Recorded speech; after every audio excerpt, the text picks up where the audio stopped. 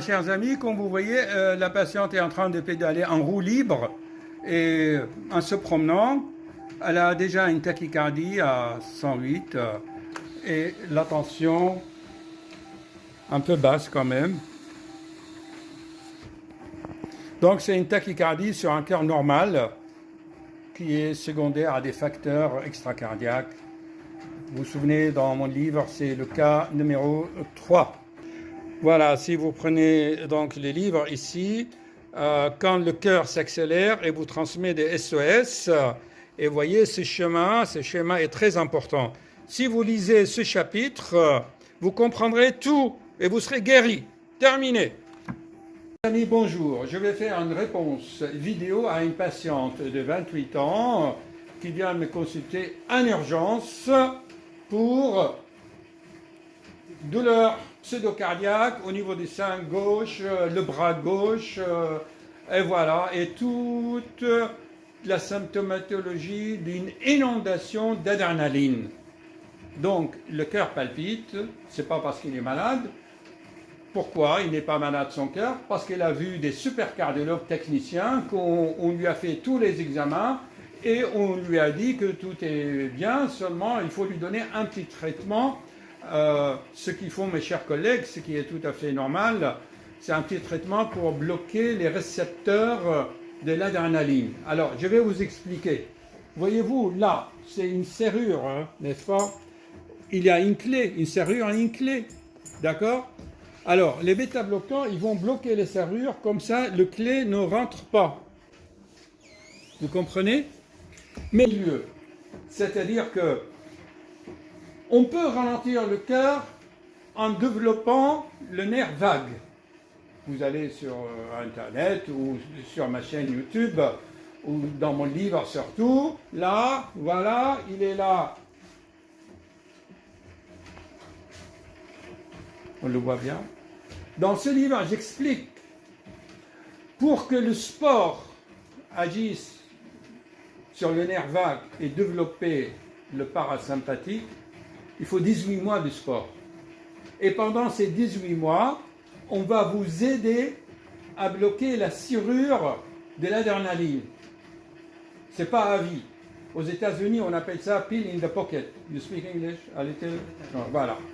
Donc, d'autant plus que cette patiente a un terrain de dysthyroïdie. Dans sa famille, il y a beaucoup de problèmes de thyroïde. Et le premier accélérateur de rythme cardiaque, c'est les hormones thyroïdiennes. Donc, c'est sûr qu'il faut vous donner ce fameux bisocé, c'est sûr, mais pourquoi ne pas donner quelque chose qui bloque aussi la glande thyroïde, qui est le propranolol, qui va diminuer l'action des hormones thyroïdiennes qui accélèrent le cœur. D'autant plus qu'elle a une exophtalmie, elle a les yeux comme ça, voilà. Ça, c'est le signe de l'hyperanxiété, de panique. Vous êtes paniqué. Elle fait la mère, l'épouse. C'est une mère, c'est une épouse, c'est une assistante de direction, c'est une travailleuse. Et quoi encore? Bon, c'est trop, hein. C'est déjà beaucoup, hein. Donc voilà, chers amis, la réponse. Moi, d'accord, on va vous donner un demi-bloqueur des hormones thyroïdiennes et de rythme cardiaque. Et en même temps, vous faites le sport d'endurance. Les sports d'endurance, natation, vélo d'appartement, tapis, course, marche nordique. C'est surtout la marche. Vous achetez une montre connectée, et c'est 10 000 pas par jour. Tout est écrit. Je ne fais pas de la pub parce qu'il y a 1000 commandes en 6 mois depuis qu'il est sorti.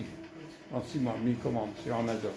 Bon voilà, chers amis, comment, on va intituler la vidéo, comment ralentir le cœur en attendant l'effet du sport, au moins pendant 18 mois, et c'est 2 heures, 2 fois par semaine.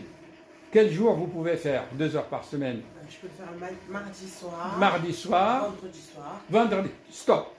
Si vous faites 2 heures dans un club, d'accord, mais alors le sport comme médicament, c'est 2 heures par séance et 2 fois par semaine, le mardi et le vendredi, et pendant 18 mois. Et en attendant, je vous donnerai quelque chose. Okay. Terminé. une expérience pour convaincre la patiente. Ici, regardez, c'est la fréquence cardiaque à l'état de repos. Maintenant, soufflez.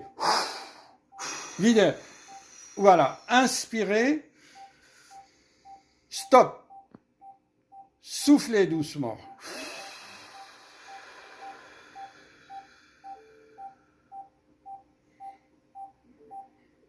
Inspirez.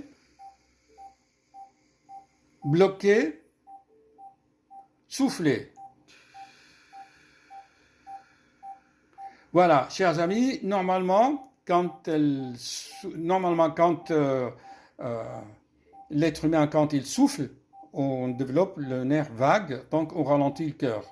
Elle, c'est le contraire, elle accélère le cœur en soufflant.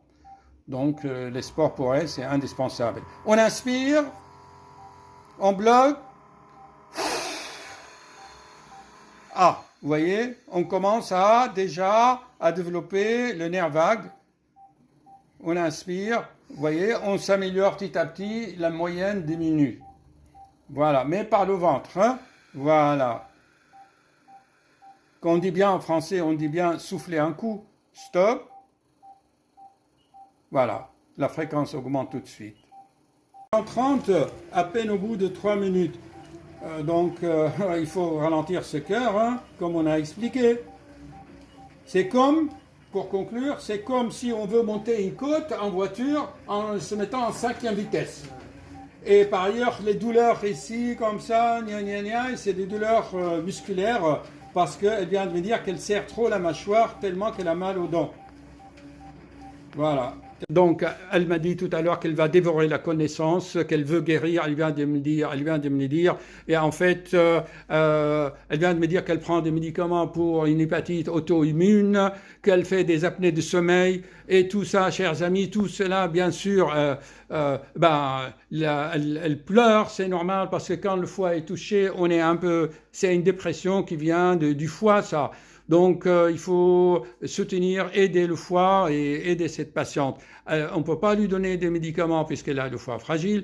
Donc, c'est le sport et quelques remèdes naturels. Voilà. Alors, chers amis, donc, si on associe toutes les médecines naturelles, par exemple l'acupuncture, la médecine énergétique, cette patiente avait des douleurs tendineuses, elle a mal à l'épaule, tout ça c'est musculo-tendineux, elle dit qu'elle a mal aux dents, moi je pense qu'elle serre inconsciemment.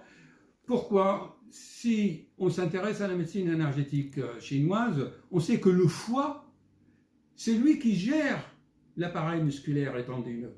Voilà, ça c'est important. Donc le foie gère le tonus musculaire et les muscles. À méditer. Je pense que le fait qu'il y a des apnées de sommeil, une hépatite auto-immune, peut-être la glande, le grand responsable qui peut expliquer tout cela, que les professeurs de médecine traditionnelle n'y pensent pas, c'est le microbiote intestinal, c'est la flore intestinale, d'accord? Probablement elle a des reflux inconscients qui donnent les apnées de sommeil, d'accord? Et le microbiote, c'est lui qui fabrique aussi les neurotransmetteurs, les anticorps et tout cela. Donc, il y a une atteinte polyviscérale. Je viens de vous le dire. Le microbiote, tout vient de nos intestins. Je pariais que cette patiente avait l'hélicobactère et d'ailleurs, dans la prise de sang, j'ai lui demandé la sérologie de l'hélicobactère. Elle vient de me dire qu'elle a eu l'hélicobactère et qu'elle a été soignée pour ça. Voilà, chers amis, c'est une confirmation de tout ce qu'on a dit. C'est la Bible, terminé.